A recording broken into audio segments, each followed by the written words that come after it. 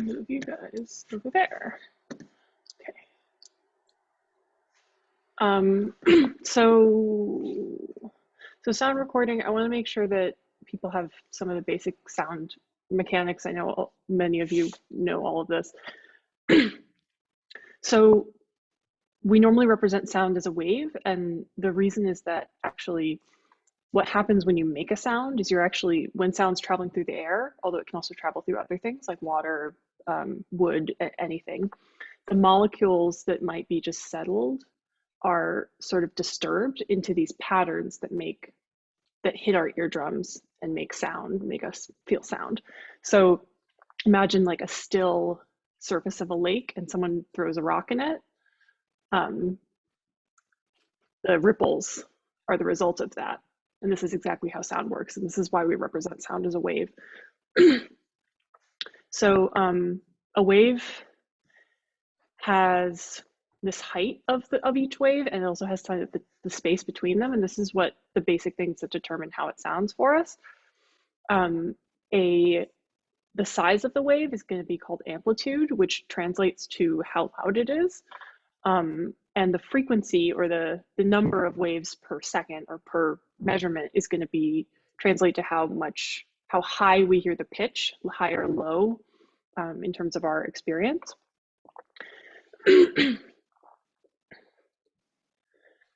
So the first thing I'm going to talk about is sample rate. This is one of the things you're going to set whenever you take audio. When you guys are taking audio on your phones, it's being set for you.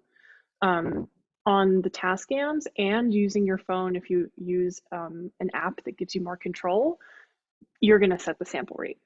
So the sample rate determines how accurate the measurement of frequency is, how accurate the measurement of pitch is at each moment. And basically the more samples, so this is digital audio, right? So everything that is actually in analog would be this smooth wave. In digital has to be made into zeros and ones. So we have to make it into these little steps here. This graphic does a super good job of showing that the more steps you have, the more accurate you're going to be.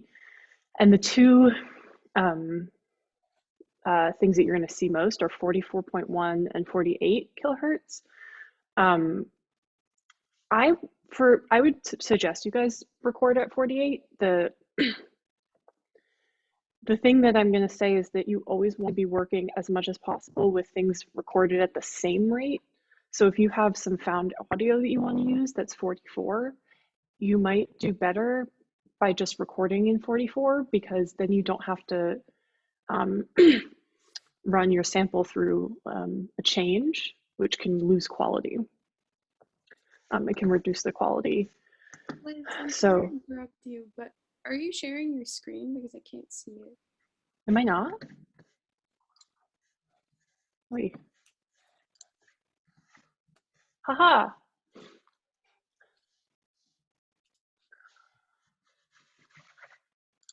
It was. Did it stop? Yeah, I think when Professor started the recording, it stopped Oh, showing. it stopped it for me. It stopped it on me. Oh, weird. Cool. Okay, thank you. So, sound waves, air molecules, amplitude, wavelength. You guys are going to get this as a PDF. Don't worry. This is the graphic I was talking about the fact that in an analog wave, everything is smooth. And when you use digital, you're turning everything into zeros and ones and making it sort of this angular thing. And so the more samples you have, the better your accuracy is. And 44 and 48 are the things you're going to see. 44 is often, like if you get an MP3 file, you're going to have it at 44. But basically the idea is that you want to record at the same standard that you're always going to use, because if you have to edit sound with sound that was recorded at different sample rates, you're going to have to convert one of them, and you're going to lose quality in your sound by doing that. So if you have something you want to use, like a piece of found audio that's at 44, I'll show you guys how to read the data for sound samples. Then you might record at 44, but otherwise I would say 48. better. And it's kind of the standard for video. It became the standard for video, especially before conversions were easy. Now we can convert really easily in in Adobe Audition, but it does, you know, you're putting your file through something and it's going to lose some of its like data and its original perfection. The other thing you're going to see is bit depth. So when people say 8-bit, 16-bit, 24-bit, that's something that's used to describe images as well. And they're not exactly the same, but they roughly are about quality also and the number of samples that you have. So that this has to do with volume and assigning volume to each little moment and each little pitch. So I'd say that you guys are always going to want to record in 32. There's no reason not to. At this point, sound files are so much smaller than video that you're saving room by recording a less heavy file is not really worth it for you. We have so much more space now. Hard drive space is much cheaper. Computers are so much faster that it's not worth what you'll lose. So I would want all of you guys to record in 32. Because when you're editing, you want all of that data. If you want to export it or bounce it is a term you're going to see when you watch tutorials about sound. Bounce just means export. Just don't ask. But when you bounce it, you might bring the quality down. Same thing with the video, but you want to edit in the higher quality because then you have more options. The other thing you're going to set is the format you're recording in. So I know everyone knows what an MP3 is. Most of you probably also know the difference between waves and MP3s and everything, but just in case you don't, just like images, there are compressed and uncompressed formats for sound. So uncompressed is a WAV file, and AAIF is also an uncompressed file format. I'm not going to have you guys record in AAIF. It's not as universally accepted and used.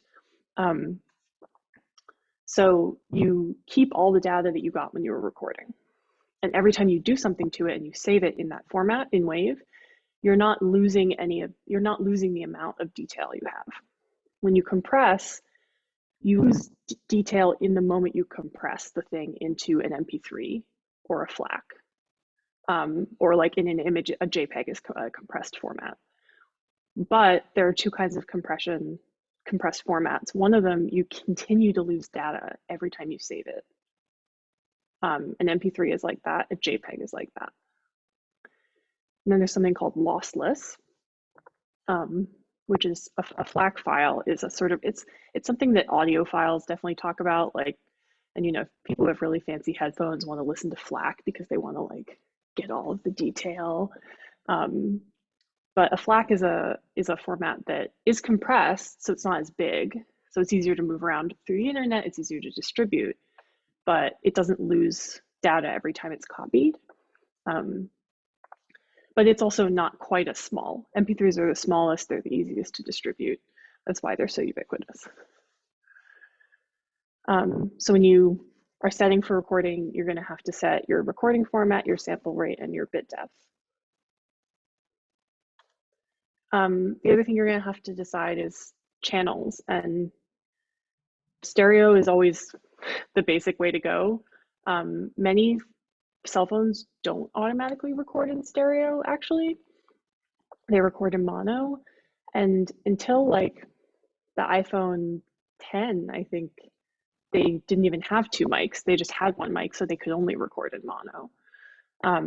Now you can use apps to make sure you're recording in stereo for phones that have stereo, which means that for phones that have stereo means they have two microphones in them instead of one. I'll show you one of the apps. The multi-channel, a WAV file can actually support a mono, like a one channel. It can support two channels, or it can support more. And so one of the cool things about Tascams is that if you have external mics, you can have the mic recording and the two built-ins recording all at the same time. And you can get all these different channels that you can work with later, and it'll record it into one file, and they'll be synced and everything. So waves are great and Tascams are also great. iPhones cannot record external mics at the same time as internal mics. So if you plug in the mic that came with the Movo kit, for example, iPhones don't support recording with that and the internal, which sucks, but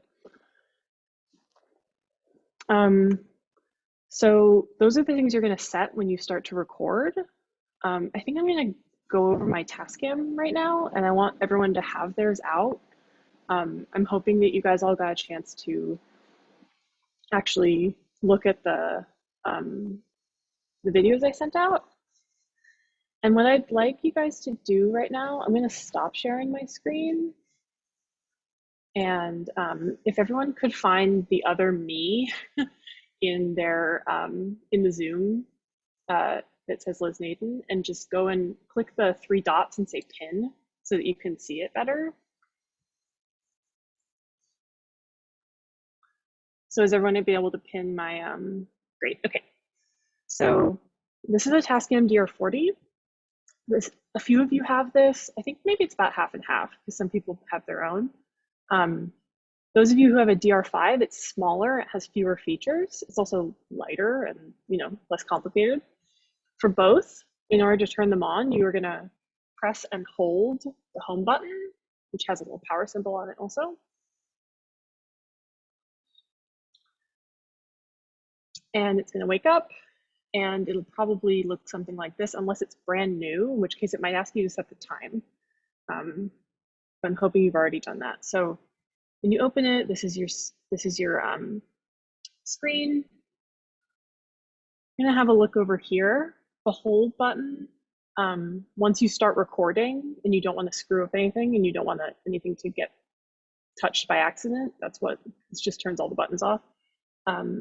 This extension in is something that you want to set to line unless you're using an external mic.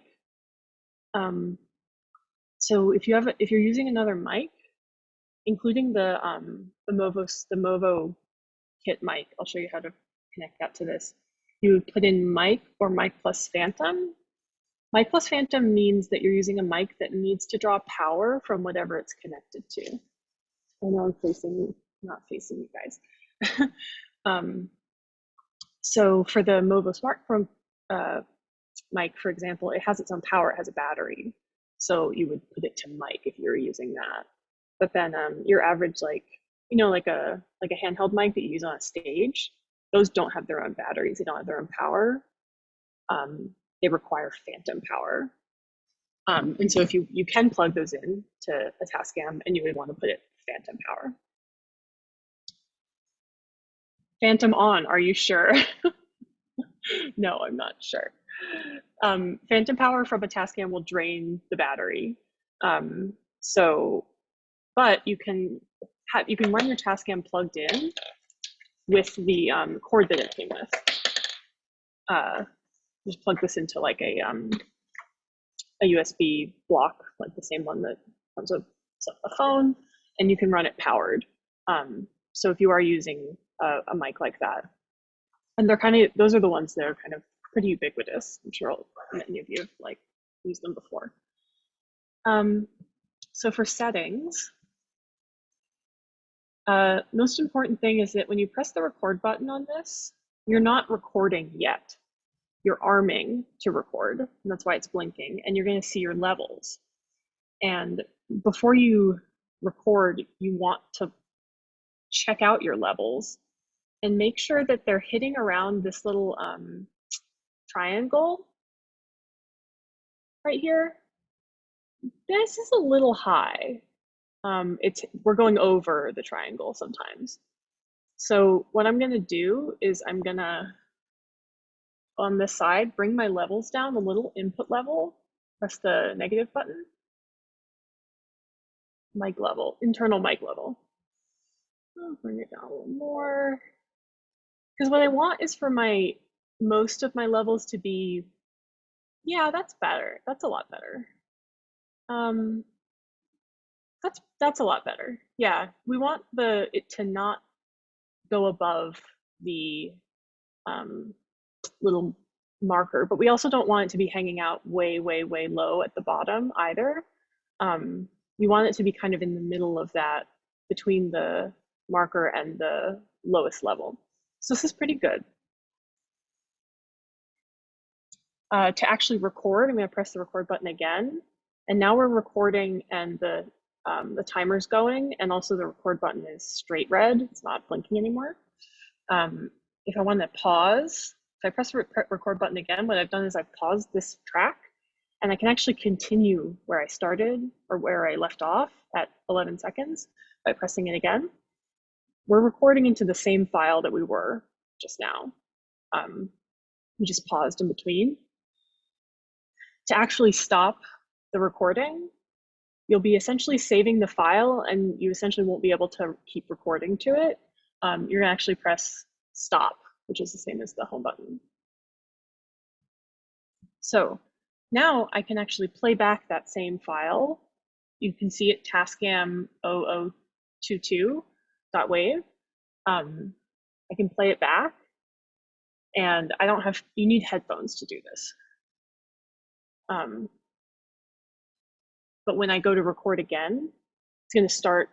So I'm armed to record again, and it started a new file for me. I pressed stop without having actually recorded, and the file didn't get created. The 23 didn't actually get created because I didn't actually record anything to it.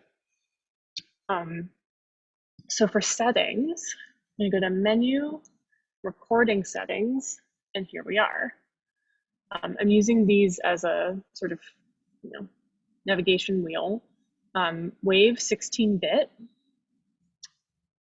I'm going to press the center. Oh no, I'm going to press low. Yeah, so it's you can scroll down and up.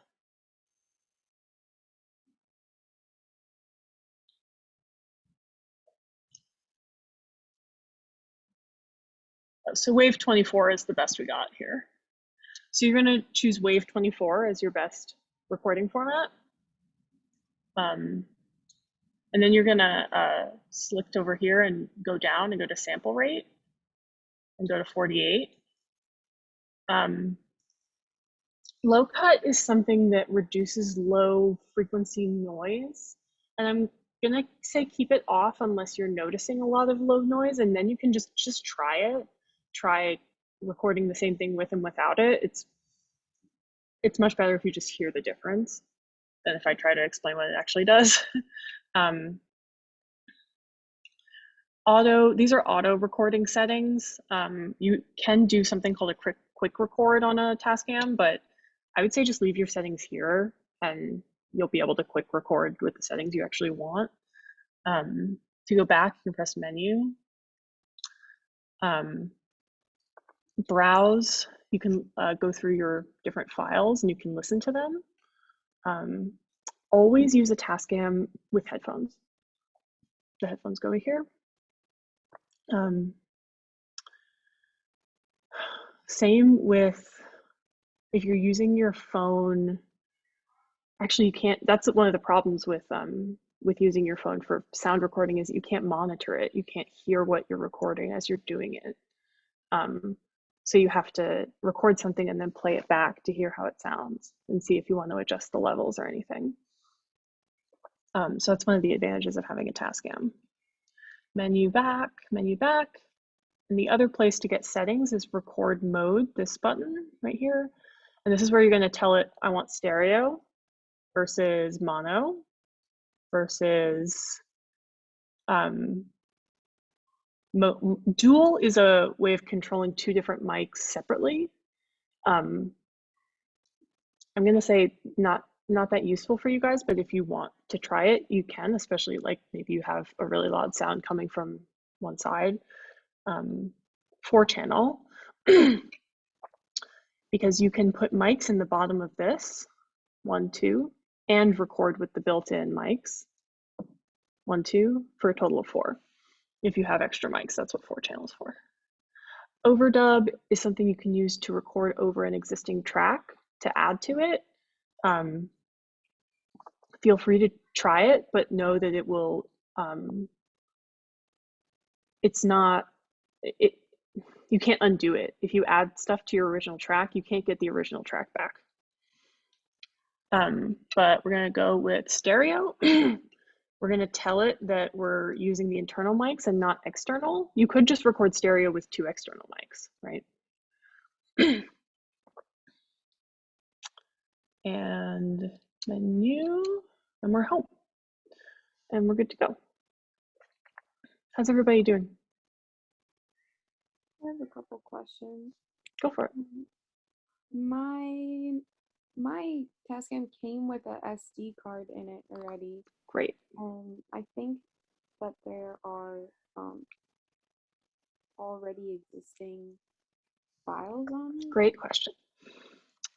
So one of the things you want to do if you're using borrowed equipment, always, you can go, is it in here? No, never mind.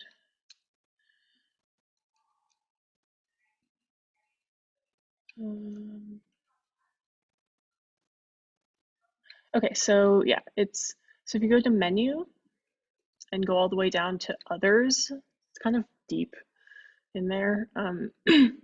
Go to system, and then you'll see quick format and erase format. You can use quick format. I'm not really sure. I think this is a bug, but sometimes erase format takes a really long time. It depends on the SD card, but quick format means, are you sure you want to? So this will erase all your data and it will format the card to be used for sound. So if you've got an SD card you've previously used in a camera, have to make sure you copy all of your information onto your computer because this will erase everything.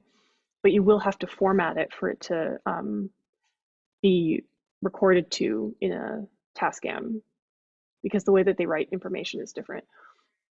So quick format, are you sure you want all your data erased? I do not, thank you. But that's how you would erase everything and make sure that the card is formatted for sound. You can't really use a card for both things at the same time. So if you're going to pull an SD card out of a camera, you have to load everything onto your computer before using it in a Tascam. But I think that all of your Tascams came with cards. But yeah, they might have someone else's old stuff on them. And that's that person's problem if they didn't get it off their card. But yeah, quick format is the way to deal with that. I also have another question. Go for it. I have the DRO5 and there's no levels on the side. So how would I do that? Then I think the levels are probably adjusted. So when you arm to record, you probably use a plus minus button somewhere on the front. I think that's what I remember. Try it. Let me know. It says volume. Yeah, that would be the same thing. Well, do you see the levels changing? So like, I don't know. so like so I'm just talking. These are my levels. If I put my input mic higher, my levels are going to go higher. You see them? Suddenly when I talk, I'm way above the triangle. It doesn't seem to be changing too much. Okay. Because I don't have a mic attached to it. Well, are you set to record with the internal mics? Have you set your settings? Like, have you gone into settings and made sure that it's set to record with the internal microphones? So I didn't have that option because I only have record settings and play settings. When you go to record settings, what do you see? A whole list of things, but what would it be under? Mic power? Hold on. Do you have the button called record mode? No, I don't have record mode. Or mode. Actually, I have mode. Yeah, mode. I have mark and record as like options for where it says mode. Let me just pull up an image of the DRO5 because I just don't remember it. I also see a level for, like, it says level and then has like decibel numbers on it. I don't know if that has to do with that rate. DR05.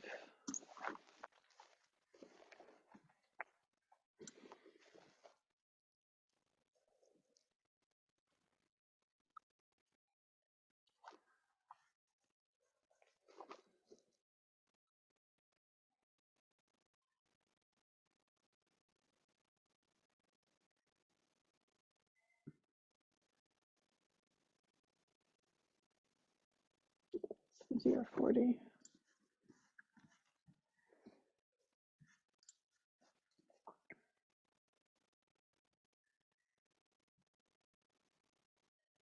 So when you go to menu, you don't have a setting for, that seems incorrect. Do you have you have one from school, right? And it's one of the new ones, or is it one of the older ones? Was it in a cardboard box, or was it in a case? It was in a case. Okay. So the DR40 or the DR05 link that I sent you guys had levels in it, didn't Yeah, it? I watched the video, but there were some settings that I couldn't find on my Okay. Let's go through that then, because about half of you have DR05s. So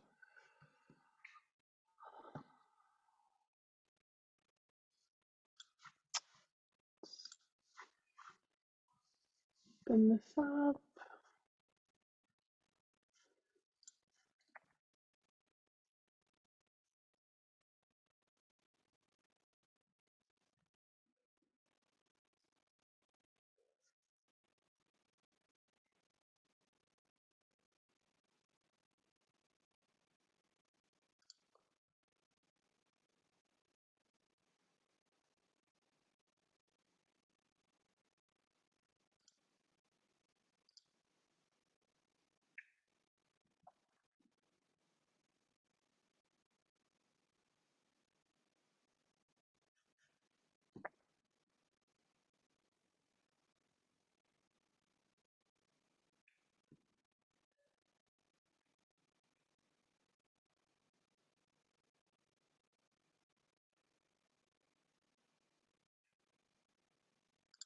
Okay.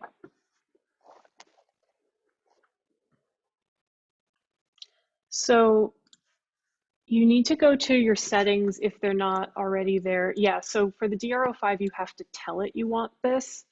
It would be,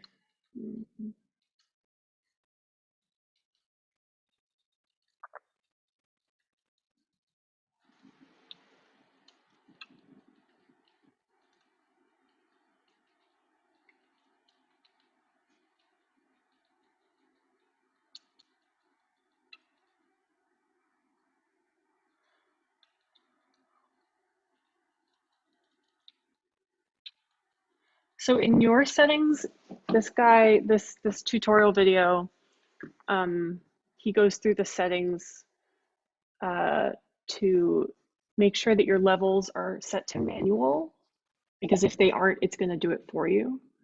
Let me share my screen real quick. That's exactly what I had an issue with. So I didn't even find an option to make them manual or auto. I think Okay. I'll just auto do it. At play settings, you really don't need to worry about any of this. Everything that it's got set here is absolutely fine. If we go to I/O settings, level, manual.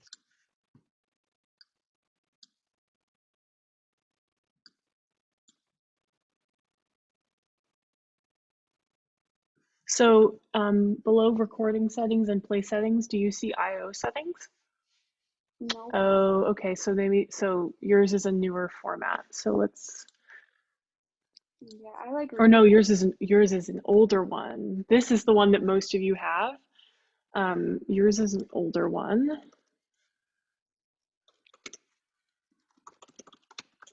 I had like rewatched that part of the video so many times, and I'm sorry. I'm so sorry. I think there's one other person who has an old one. Um,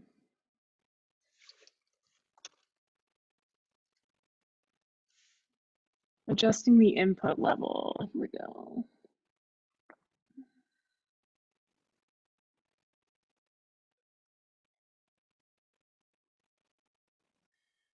Manual adjustment cannot be performed when the automatic level control mode is selected. Auto is lit up on the upper left in the recording screen. To enable manual input level adjustment,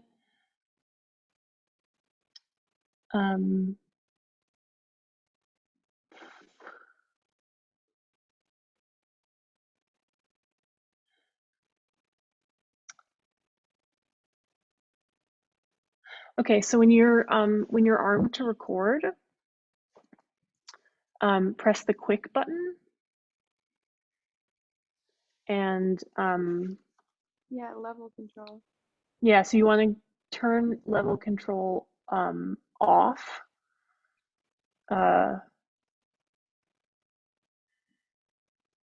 Yeah. So that you can manually set it. And then manually set it with the plus and minus button. Yeah, then that should be the plus and minus on the front. Who else has the DR05 and has anyone else has everyone else who has a DR05 been able to set their levels manually? Okay. Because only one other person has the old model too, and I just don't remember who it is. But one of you does. I have But it. maybe It works for me like when I press the volume button up and down. yeah. It Great. works. Great.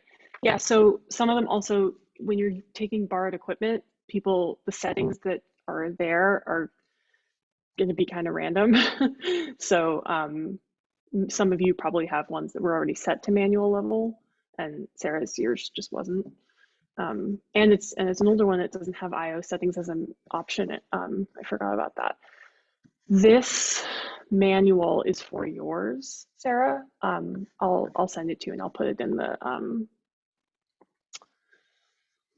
the arena. Yeah, I didn't realize that they changed that much.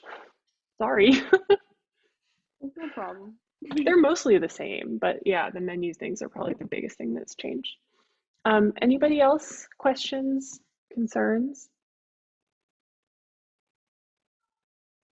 Good, because I have some more things I want to tell you about using the mics and choosing a mic for different things.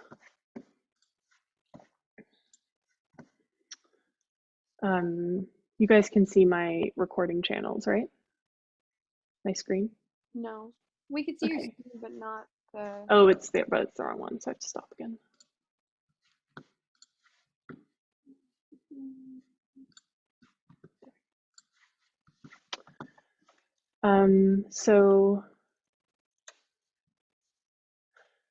So I want to talk about the different kinds of mics briefly. The smartphones have what's called an omnidirectional mic, which means it's picking up from everywhere. It's generally going to pick up better. So they're all at the bottom of the smartphone. So that's why you've all probably learned to stick the bottom end at whatever you're trying to record, but it's not directional. It's not doing a very good job of picking up. Like you can point it that way just because the mic is at that end, but it's very much picking up everything around it. And sometimes they're pointed towards the front of the bottom because that's where the voice is going to be when they're used as a phone. But whoever had the great recording of the museum from their cell phone, they're very good at that because they're omnidirectional microphones. A cardioid microphone is one type of pattern that is forward facing. So you want to record in front of it and not behind it. So this is most like handheld microphones like this, like stage microphones. But the Movo kit is has what's called an XY microphone. So it has like two actually inside of it, and they're pointed like this. And so they have this overlapping pattern where in the front middle, you're going to get the best pickup. The Tascam, so it's two little cardioid microphones, and that's what an XY pattern means.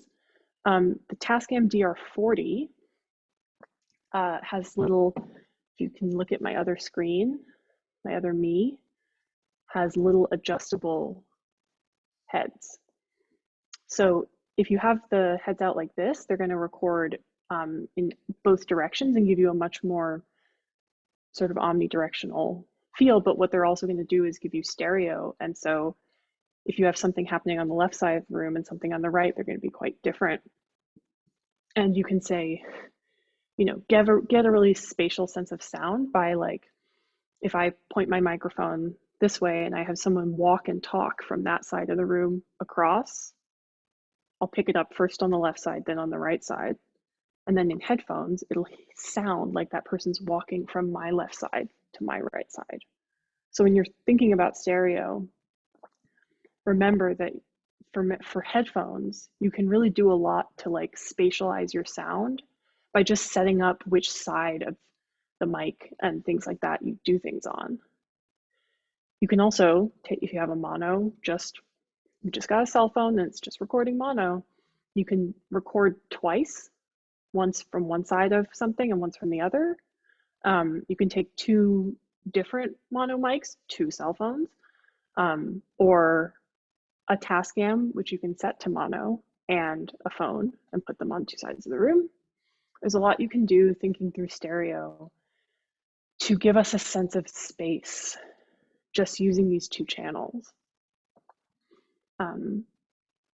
Recording tip, if you're using more than one recording device, so if you're using a Tascam and a phone, you start both of them recording, you make sure that they're recording at the same settings, and then you clap, make a loud noise, because then you'll be able to sync them later in editing. So when you, in the old movies with the clapper that had all the information and then a loud noise, the loud noise was for syncing all of the microphones. So you said we, like, possibly could have the Tascam on one side of the room and then the phone on the other to get like full spatial sound? Yeah.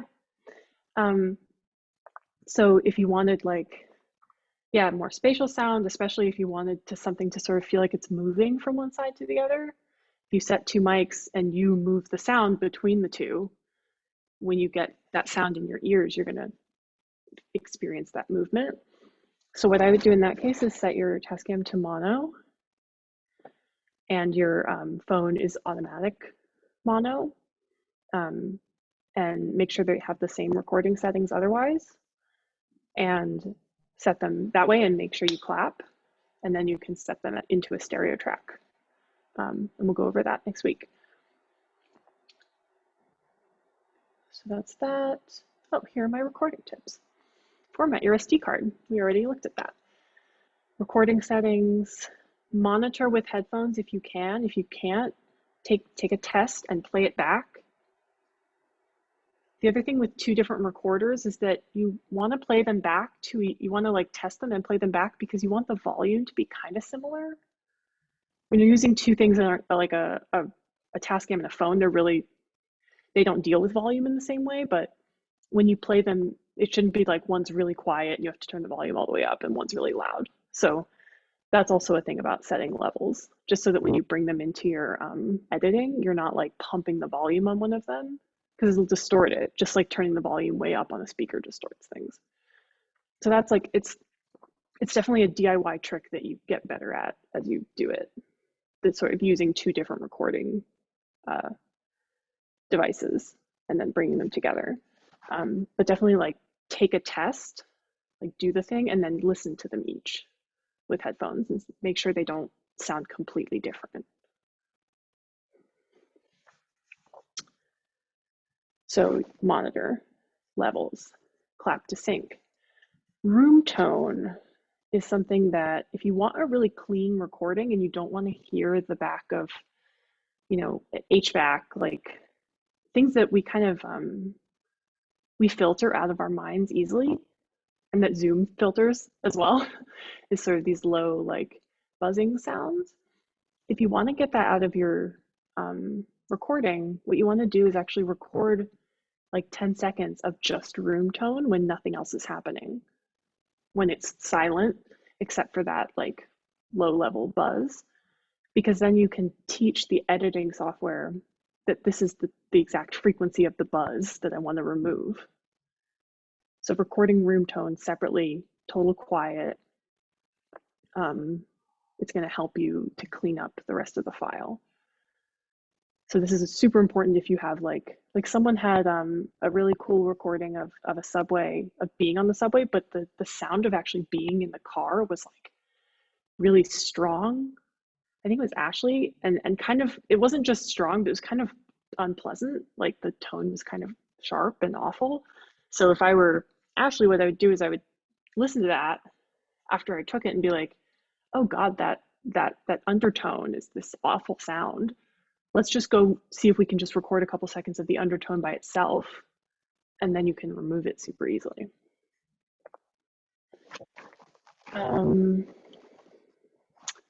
So when choosing how you're going to record something, I just put together like a cheat sheet of some of the differences, that smartphones are omnidirectional, and that Movo mics and Tascams can give you the opportunity with their built-in mics to go straight forward and be much more directional. Or for the Tascams that open, that are in this position, which is called AB, they can give you, it's not that it's omnidirectional, it's actually going to give you the best ability to record stereo and get two separate tracks, to get two things that actually sound different. Because an omnidirectional mic is a mono mic, it just gets everything. The Movo mic is going to be a little more sensitive than most iPhone mics. It's also just a little better protected in its casing because it's built as a mic. It comes with sleeves to prevent from wind. iPhone mics are very bad at wind because they're not really built with something to protect them from it. They handle high pitches and volumes a little bit better than smartphone mics do. Like, you all know what it sounds like to blow out a mic. You've all heard it. And iPhone mics are getting better, but they're still, they're unprotected from a lot of things. And so the Movo mic's going to be better at that, handling high pitches and volumes. The Tascam is going to be the best, honestly. It's the best quality mic. The built-in mic in a Tascam is better than either your phone or that Movo mic. And it's going to give you the control over the levels and all that stuff. So yeah, just, you know, think through what you want. And the other thing you guys all have that I forgot, or many of you have that I forgot to add to this, is if you have headphones that have a mic in them, that mic is built for voice. It was built to take the frequencies of the voice well. It was built to only take sound that's very close to it. Mics are all built for something specific. Tascams are actually one of the things that's built for many things, that it's more all-purpose in general.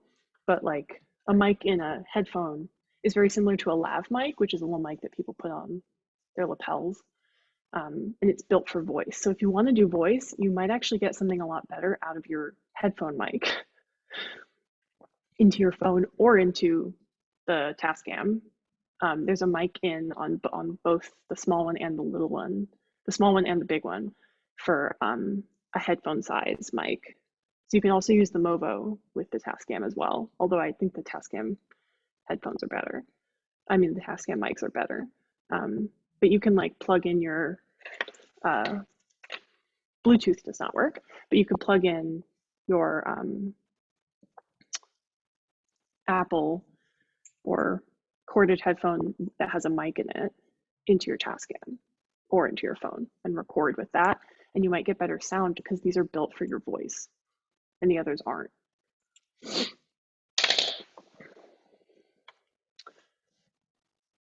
Last thing is I'm going to show you an app on the iPhone to record with that allows you to change the settings for recording.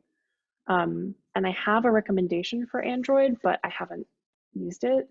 So I hope it's as easy. If people want to pin I'll stop sharing. If people want to pin the other me again.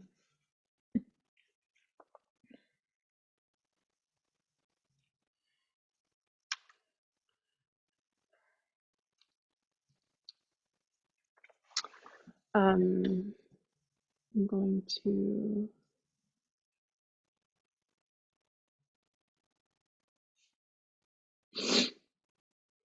share my phone screen.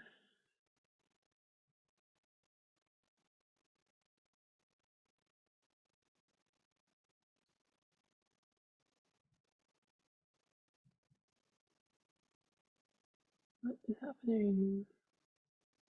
Why?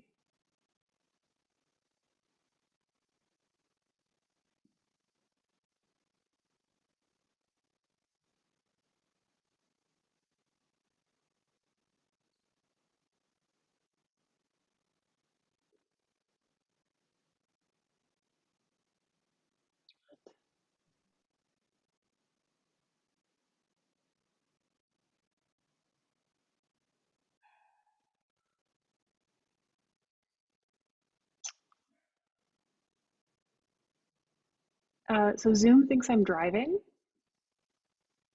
which is pretty weird. So it enabled safe driving mode. Oh my God. Stop. Okay. Screen.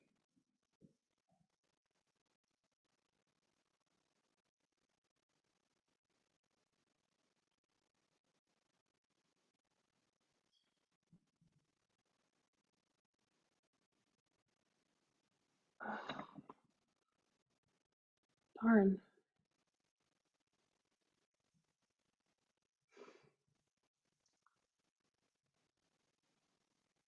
Zoom doesn't really want to do it. The app that I was going to show you guys is called Awesome Voice Recorder. Not sure why Zoom won't let me do it. Won't let me share my screen.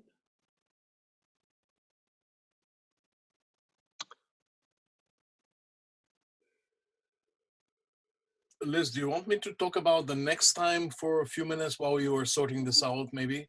I don't know if I'm done. This was the last thing I was going to show. Okay.